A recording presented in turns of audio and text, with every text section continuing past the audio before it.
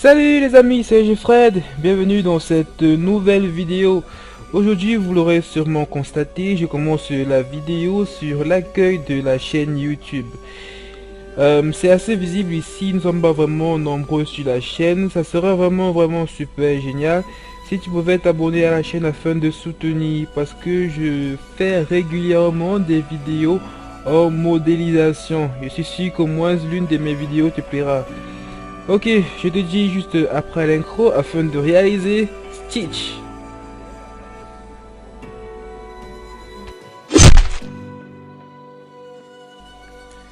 Dans la croix des viewports de Blender, nous allons commencer par supprimer tous les éléments de base de la scène. Pour cela, on appuie deux fois sur la touche A, on appuie sur la touche Delete du clavier.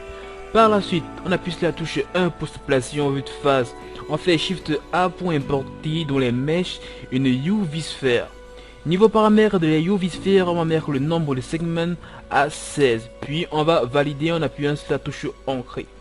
On va zoomer avec la roulette de la souris et à l'aide des raccourcis clavier CTRL roulette de la souris et Shift roulette de la souris. Par la suite, on va scaler notre UV Sphere parce qu'elle est trop petite. Pour cela, on appuie sur la touche S puis 5. On va aller en Engine Mode, on va appuyer sur la touche Z pour aller en mode Wireframe. On va faire B pour le Box Select. On va supprimer les vertices qui se retrouvent ici en haut. X, dit vertice. On va sélectionner la boucle de vertice qui se retrouve à cet endroit. On va faire E, Z. On va extruder un tout petit peu. Par la suite, on va sélectionner un vertice ici en bas. On va faire B pour le Box Select. Et on va scaler cette petite partie. On va faire S, Z, 2, 0. Là, c'est bon. On appuie sur la touche Z pour revenir en mode solide. Et on appuie sur la touche Tab pour aller en Object Mode. On part dans les modifiers. Ici, on va appliquer le modifier subdivision de surface. On va mettre la viewport à 2. Et on va appuyer sur la touche W et Shift Smooth. On va encore aller dans les modifiers. Ajouter le modifier Solidify. Il doit être placé au-dessus du modifier subdivision de surface. On va remonter la valeur de la thickness. On va aller en Edit Mode. On va faire CTRL R afin de mettre un edge de maintien ici. Là, c'est bon pour cette partie. Par la suite, on va faire Shift A dans les mèches. Ici, on va encore sélectionner notre UV Sphere. Niveau segment, cette fois-ci, on va remettre la valeur de base 32. Et on va appuyer sur Ancré, c'est tout. On va sélectionner cette nouvelle UV Sphere. On va scaler encore S de 5. Ok. On appuie Tab pour aller en Edit Mode. On appuie sur la touche Z pour aller en mode Wireframe. On fait un coup de sélection d'un seul vertice. On va faire B pour le Box Select. Et on va supprimer tous les vertices qui se retrouvent ici en haut. On appuie sur la touche X puis Delete. On appuie sur la touche Z pour revenir en mode solide. On appuie sur la touche L après avoir sélectionné un vertice de cette petite partie de UV Sphere. On sélectionne l'outil de déplacement ici en haut et on va se déplacer sur l'axe des Z. Ce étant fait, on va scaler cette partie S. On va scaler sur l'axe des Z. Et on va encore scaler sur l'axe des Z. Comme ceci. On repart en mode solide. On part dans les modifiers. On applique le modifier Solidify. On a monté la valeur de la thickness. On profite même étant en objet mode. On va sélectionner cette partie de notre tasse. On va diminuer la thickness parce que je vois qu'elle est quand même trop grande. Cette valeur est cool. Ok, on va copier cette valeur ici, CTRL C, et on va sélectionner cette partie ici, CTRL V, au niveau de la thickness. Là, c'est bon. On applique également le modifier, subdivision de surface, désolé. On met la viewport à 2. Ok, on part en Edit Mode. En Edit Mode, on va faire CTRL R afin de mettre un edge de maintien ici. On va se rapprocher des bords. On retourne en objet mode, on appuie sur la touche W et Shift Smooth. Ceci étant fait, on a ce rendu assez sympa. Là, on peut continuer le tutoriel. Ici, on va même pour monter la distance qui va séparer ces deux loops. Pour cela, on fait CTRL E. Ici, dans ce menu, on va rechercher le Edge Slide et on va continuer à scaler comme ceci. Là, c'est bon. Par la suite, on appuie sur la touche 1 pour se placer en vue de face.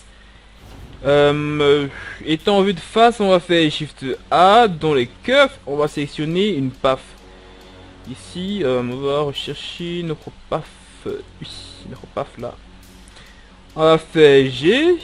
On va faire une rotation de 90 degrés. Cette partie est un peu trop grande, on va la scaler. Mais avant de la scaler, on va venir ici dans Objet, Set Origin et Origin to Geometry.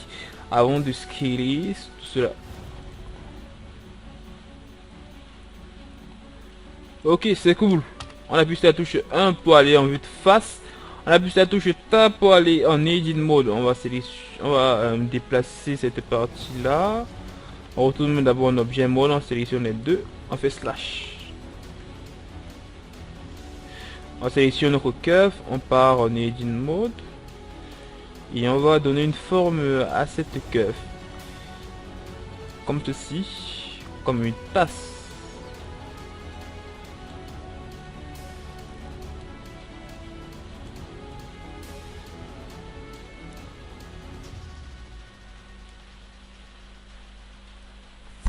Là, c'est assez simple. C'est cool, c'est sympa. Ok, ceci étant fait, on va aller dans les paramètres de la curve, dans géométrie, on va dérouler cette liste. On va remonter la valeur du bevel, du def. Ok, on va faire S sur l'axe des Y.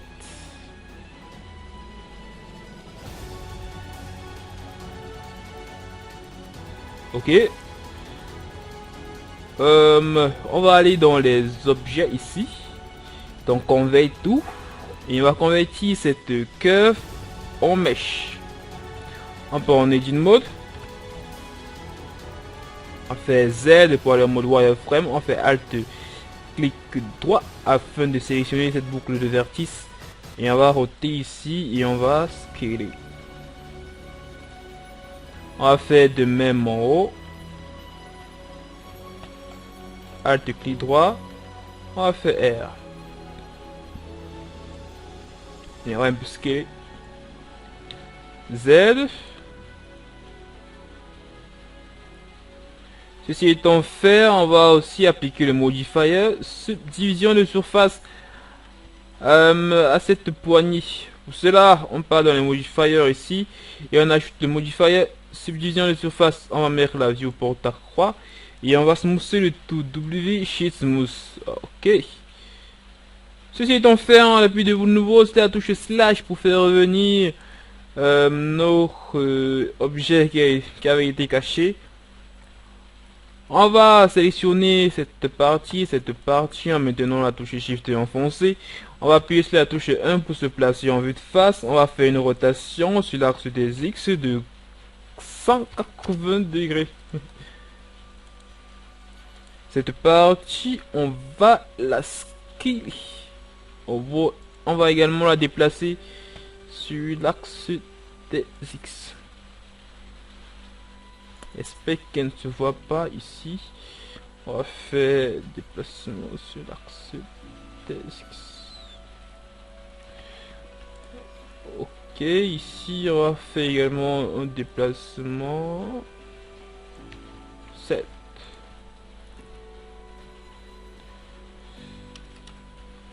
Ici on va scaler sur l'axe des Z. On va également scaler là.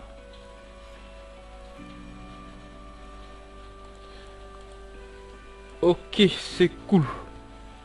Continuons, on va faire Shift A. Dans les mèches, on va sélectionner un cube. On part en Edit Mode avec ce cube. On va faire CTRL R. Ici, on met une cut. CTRL R, une seconde cut. On part en Objet Mode. On va faire S, Y. On part dans les modifiers, subdivision de surface, viewport à 2, edit mode. On va sélectionner ces deux vertices en maintenant la touche Shift enfoncée. On fait de même de l'autre côté en maintenant toujours la touche Shift enfoncée. Et on va se déplacer là vers le haut. On fait de même avec ceci. On va déplacer vers le haut. Déplacer vers le haut. Ok, on appuie sur la touche W chez Smooth. On va encore faire S, Y.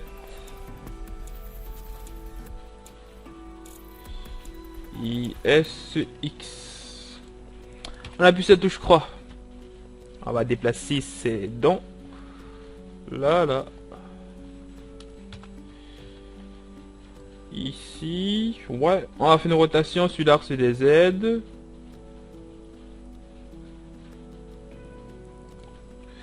Vue de profil. Déplacement ici. S, Y. Déplacement ici. Ok. On est ici dans Objet, Set Origin et Origin to Cursor Cloud et on fait CTRL A afin d'appliquer les transformations. Ici, comme on effectue une rotation, on va juste cliquer ici sur Apply Rotation. On part dans les modifiers. Ici, on va appliquer le modifier Mirror. Les dents étant ainsi fixées, on va maintenant modéliser la langue. Pour cela, on va juste dupliquer cette dent, Shift D. On a le déplacement, on part dans les modifiers, on supprime le modifier mirror. On appuie sur la touche G afin de déplacer ici. On part dans l'objet, set origin et origin to géométrie d'abord. Ici, niveau rotation, on va appuyer sur la touche N. On part dans la rotation. Apparemment, il n'y a aucune transformation ici. Il n'y a que la rotation, aucune transformation. Parce que j'ai appliqué la rotation. Ici, on va refaire une rotation sur l'axe des Z.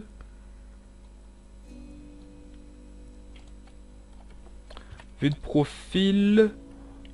RZ. Là, c'est mieux.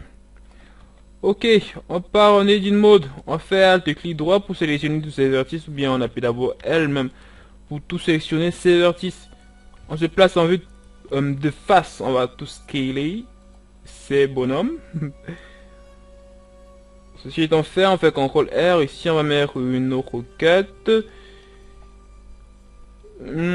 Ici en bas, on va sélectionner tous ces vertices. On va scaler comme ceci.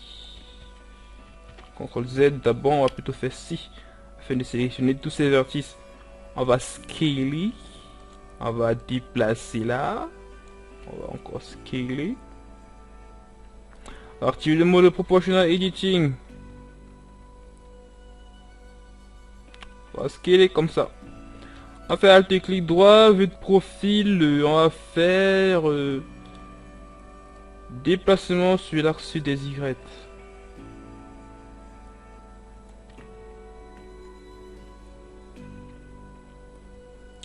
Encore déplacement sur l'axe des Y. On va sélectionner ce vertice ici. On va diminuer le facteur du proportional editing. Ok. On va faire CTRL R ici. CTRL R également ici. On va sélectionner ces deux vertices. Nous allons travailler en symétrie. Pour cela, on désactive d'abord le mode proportional editing. On sélectionne les vertices du côté gauche. On part en mode wireframe. On fait B pour le box select. On va supprimer tous les vertices qui se retrouvent ici à gauche. X, J vertice. Z, puis objet mode. On applique le modifier mirror. On fait CTRL A. Apply transformation. Ici on coche clipping, on part ici en edit mode, on va sélectionner la boucle de vertices qui se retrouve ici et on va coller ces vertices ici Ici on les colle.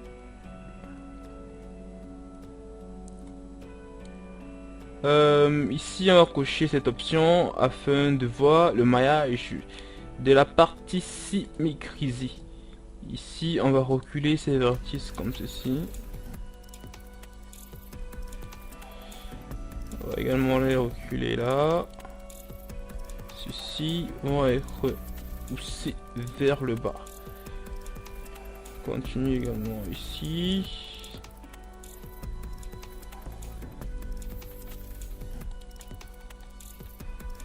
Ici également.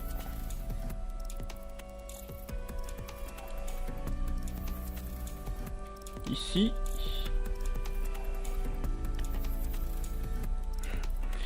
Et là. Ici on va reculer comme ceci. Et je crois que pour cette vidéo nous allons laisser cette langue comme ceci. On va appuyer cette touche, je crois pas aller en vue de profil. On va déplacer ceci, déplacer ici. Aller en edit mode. CTRL tab, on sélectionne de face. On va sélectionner la face qui se trouve ici en haut. On va déplacer là vers le haut. On va placer notre modifieur mirror ici au-dessus. Là, c'est un peu plus sympa. On va encore déplacer notre langue vers le haut. Déplacer un peu sur l'axe des X. Déplacer vers le haut. Ok, la langue étant ainsi faite, nous allons continuer. On va faire Shift A dans les curves. On va sélectionner une PAF. On va déplacer notre PAF sur l'axe des Z. On va faire une rotation de 90 degrés. On va aller dans les paramètres de notre curve. Au niveau du bevel comme précédemment, nous allons remonter cette valeur. On part en edit mode. On va faire Alt S 2.0. Qui toujours en vue de face. On va donner une forme à notre curve. Ici on va donner une forme de dents.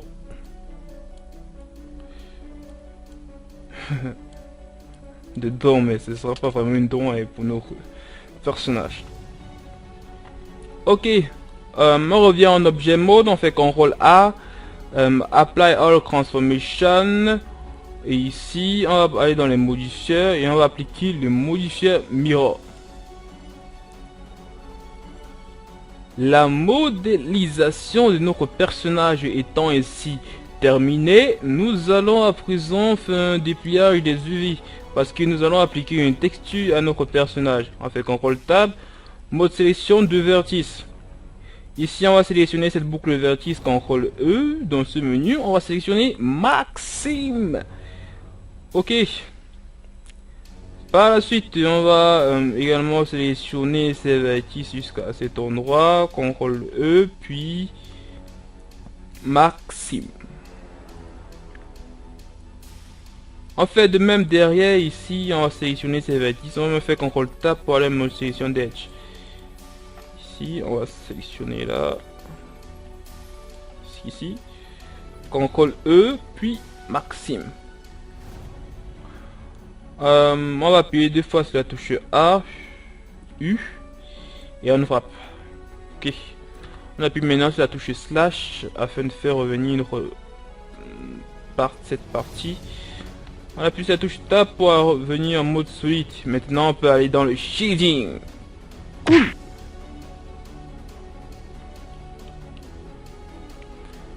Ok, ici dans le shading nous allons commencer par cette partie. On crée un nouveau matériel. Sur ce nouveau matériel, ici, on va venir dans Add. Donc Add ici. On part dans texture. On va sélectionner notre noise texture. On vient dans Add, dans le vecteur. On va sélectionner Bump. Ok. On va connecter la color ici avec la hauteur.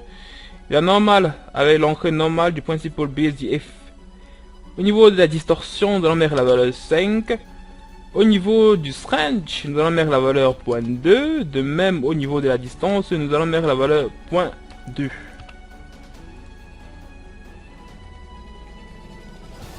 Niveau roughness, comme c'est du vert, nous allons juste mettre la valeur minimale. Et je crois que c'est tout. C'est tout pour cette partie. On va également aller dans les paramètres de moteur de rendu, cocher l'ambiance occlusion, dérouler la liste et mettre la valeur 10. Et ça, c'est tout ce qu'on a à faire ici. On va sélectionner là-dedans, on va appliquer ce même matériel. Ici. Ouais, c'est bien lui. On va faire de même ici, c'est là-dedans. On va appliquer ce matériel. De même ici, avec ce manche. Ou bien ce manche. Non, ce manche lui sera pas. Ouais, au niveau de la langue, ici on va créer un nouveau matériel. Une langue, elle est translucide. Comme elle est translucide, on peut appliquer le subsurface. Ou alors on peut également appliquer un mix shader. Et avec le translucide shader. Donc ici dans le shader, on va rechercher le shader translucide. Translucent. Ouais, c'est lui le translucide. Ok, comme c'est shader, il nous faut un mix shader. Raison pour laquelle on vient ici, on sélectionne notre mix shader et on va également connecter ces deux messieurs. Ceci étant fait, on va venir ici et on va mettre une color. Niveau paramètres du moteur de rendu, on va cocher ici là le Screen Space Reflection. Et au niveau du fauteuil ici, on peut jouer avec. Actuellement on a quelque chose de translucide puisque nous avons deux couleurs, la couleur rouge ici et la couleur blanche de la base color. Vous voyez que si je vais un peu dézoomer, si je modifie cette couleur, je vais également modifier là. Nous allons prendre cette couleur là, c'est cool. Niveau roughness, comme sur une langue il y a les crashs, nous allons un tout petit peu diminuer cette valeur.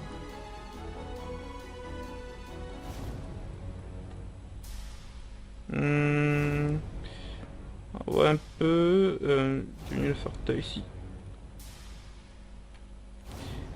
On va un peu augmenter, diminuer.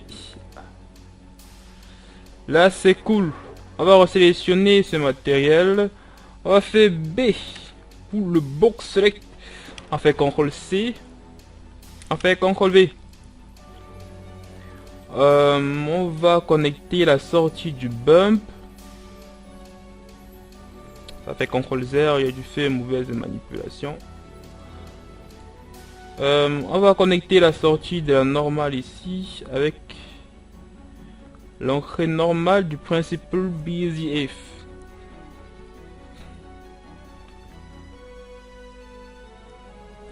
Ceci étant fait, au niveau de la langue, nous allons encore diminuer la valeur de la roughness.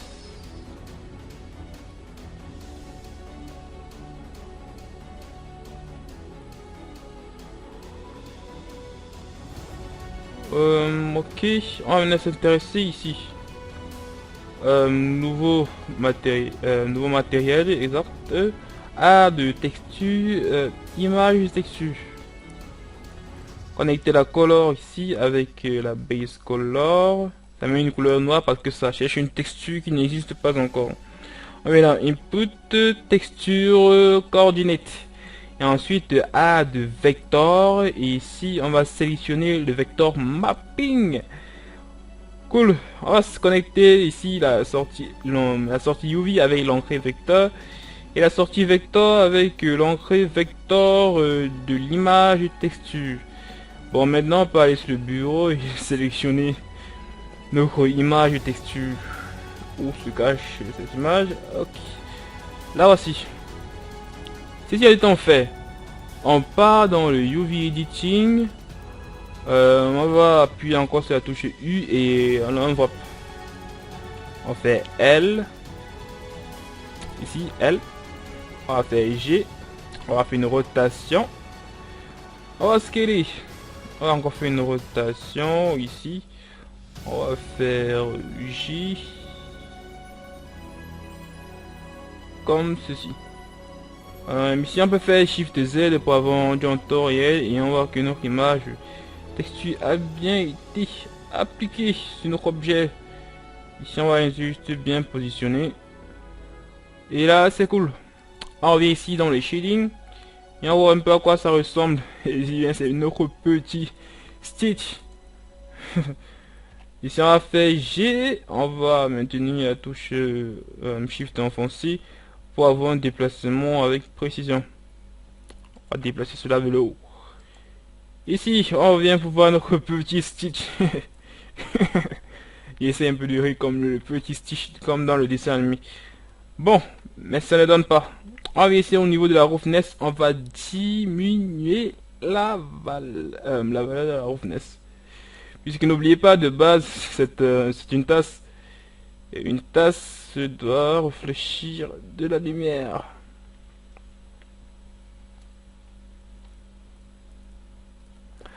Ok, ceci étant fait, nous allons un peu modifier l'aspect de Stitch.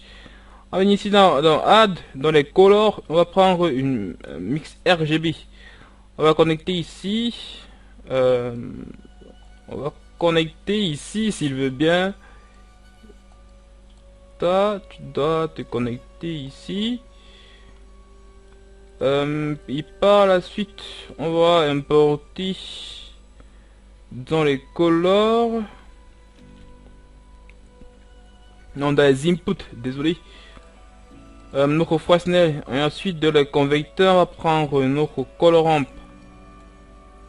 On déplace ces deux, monsieur. Ok, factor avec factor, color avec color. Et ok, nous sommes ok. On va modifier cette couleur noire pour mettre une couleur bleue. Puisque c'est notre petit Stitch. Et Stitch, lui, il est bleu. On va diminuer facteur ici. Encore.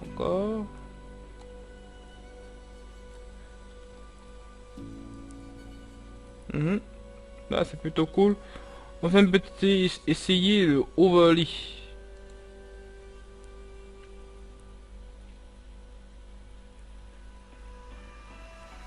C'est plutôt cool. On va faire un peu augmenter la valeur. Non, diminue.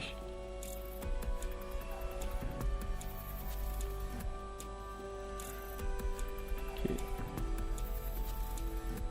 Fait un peu augmenter la valeur de la colorant.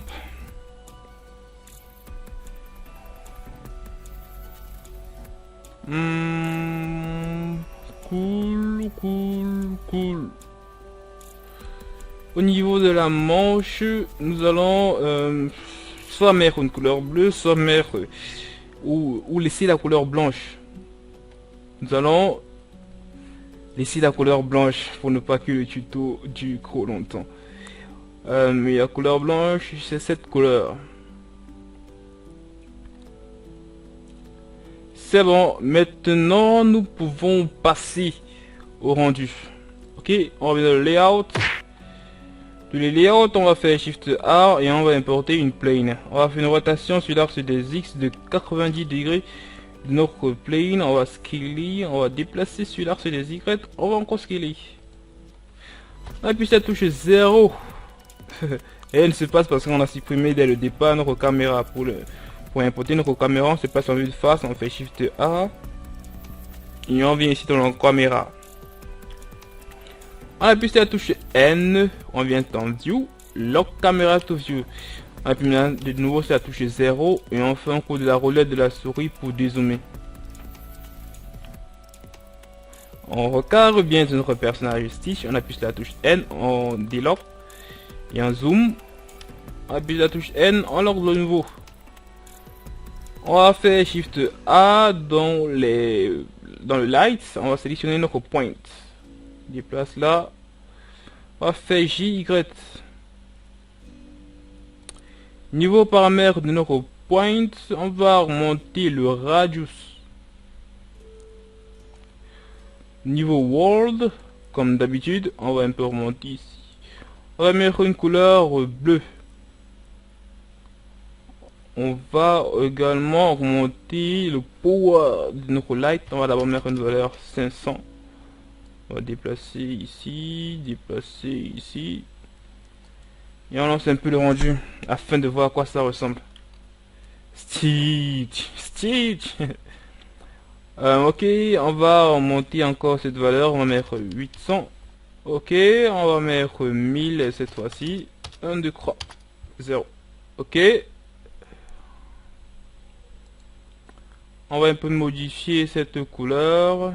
On va modifier cette couleur pour mettre une couleur un peu orange.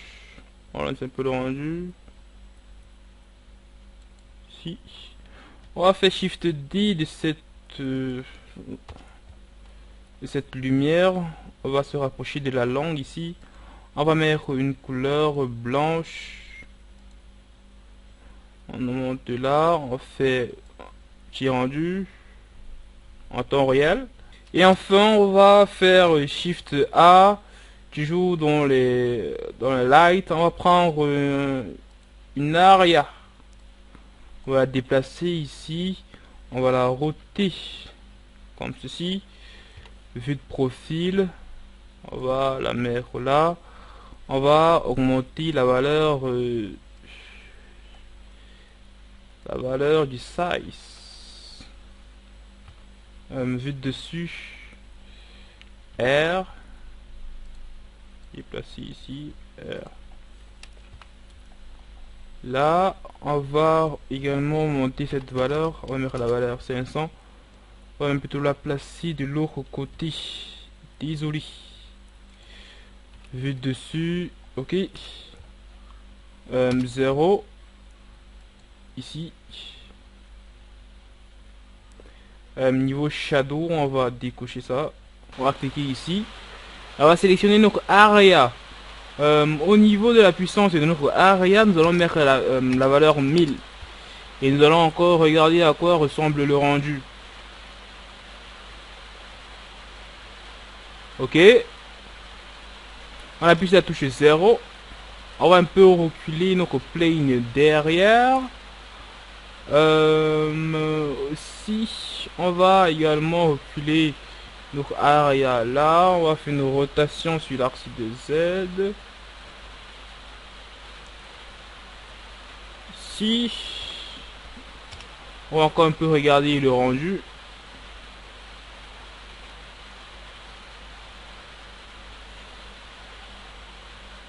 Niveau area, je crois que tout est bon.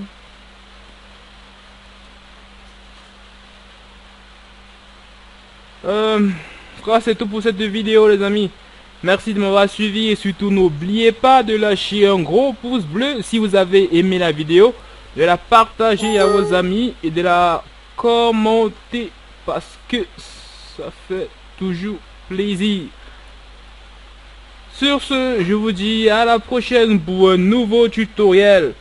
Bye bye.